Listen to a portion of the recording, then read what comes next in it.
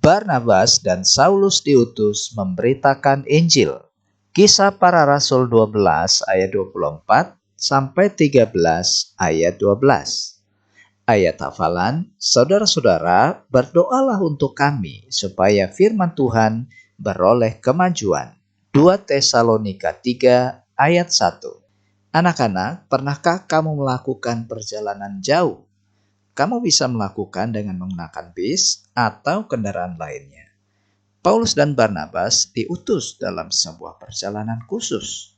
Sebuah perjalanan untuk memberitakan kasih Allah kepada orang lain. Meskipun tidak semua orang senang saat mereka memberitakan, tetapi gereja di Antiokhia semakin bertumbuh dan semakin banyak orang yang percaya. Suatu hari, beberapa anggota gereja berpuasa dan berdoa. Mereka meminta petunjuk dari Allah tentang apa yang diinginkan oleh Tuhan. Ketika mereka sedang berdoa, Roh Kudus berbicara kepada mereka dan berkata, "Khususkanlah Barnabas dan Saulus bagiku untuk tugas yang telah kutentukan bagi mereka." Semua orang menjadi sedih saat mendengar bahwa Paulus dan Barnabas akan pergi. Tetapi mereka juga ingin orang lain mendengar tentang Yesus. Jadi orang-orang percaya di Antiokhia berpuasa dan berdoa. Kemudian mereka berkumpul untuk sebuah pertemuan doa khusus.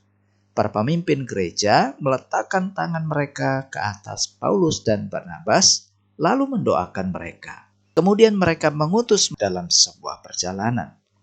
Paulus dan Barnabas membawa seorang pemuda bernama Yohanes yang juga disebut Markus bersama dengan mereka. Lalu ketiganya naik kapal dan berangkat ke pelabuhan Seleukia dan berlayar menuju Siprus. Mereka mengunjungi seluruh pulau, berhenti di semua rumah ibadah orang Yahudi, dan mengajarkan kepada siapapun yang mau mendengarkan firman Tuhan. Tak lama kemudian mereka berangkat menuju Pulau Pafos. Di sana mereka bertemu dengan seorang tukang sihir Yahudi dan nabi palsu yang bernama Bar Yesus atau disebut dengan Elimas. Ia adalah kawan gubernur dari pulau itu, yang bernama Sergius Paulus, yang juga adalah orang cerdas. Gubernur itu memanggil Barnabas dan Saulus karena ia penasaran untuk mendengarkan firman Tuhan. Elimas sama sekali tidak senang dengan hal itu. Dia takut akan kehilangan pengaruhnya. Jadi dia berusaha mempengaruhi sang gubernur agar memusuhi Paulus dan Barnabas. Tetapi Roh Kudus menunjukkan kepada Paulus apa yang sedang terjadi. Tiba-tiba Paulus berpaling dan menatap langsung kepada Elimas. "Hei Elimas, engkau anak setan," kata Paulus. "Engkau musuh dari segala yang benar. Engkau penuh dengan tipu muslihat dan berusaha menghalangi orang lain untuk mendengar firman. Lihat, karena perbuatanmu, engkau akan buta untuk sementara waktu, dan engkau tidak akan dapat melihat cahaya matahari."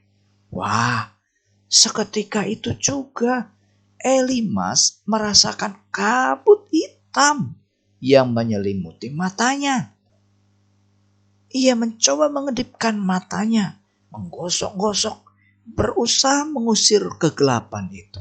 Tetapi semuanya makin gelap. Elimas menjadi buta. Ia tidak melihat apapun. Ia mulai meraba-raba dengan tangan untuk meminta seseorang agar membimbingnya supaya ia tidak jatuh. Nah, sang gubernur sangat terkejut tentang berita itu. Hal ini meyakinkan gubernur bahwa apa yang diajarkan oleh Paulus adalah kebenaran. Ia mendengarkan, belajar, dan akhirnya percaya kepada Tuhan Yesus.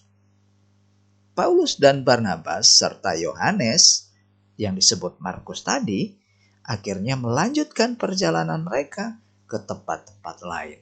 Dimanapun mereka pergi, mereka memberitahukan tentang kabar baik bahwa kasih Allah itu adalah anugerah tersedia untuk semua orang. Anak-anak, kamu bisa mendoakan hamba-hamba Tuhan yang saat ini melayani atau memberitakan Injil di berbagai tempat supaya Tuhan menolong dan menguatkan mereka.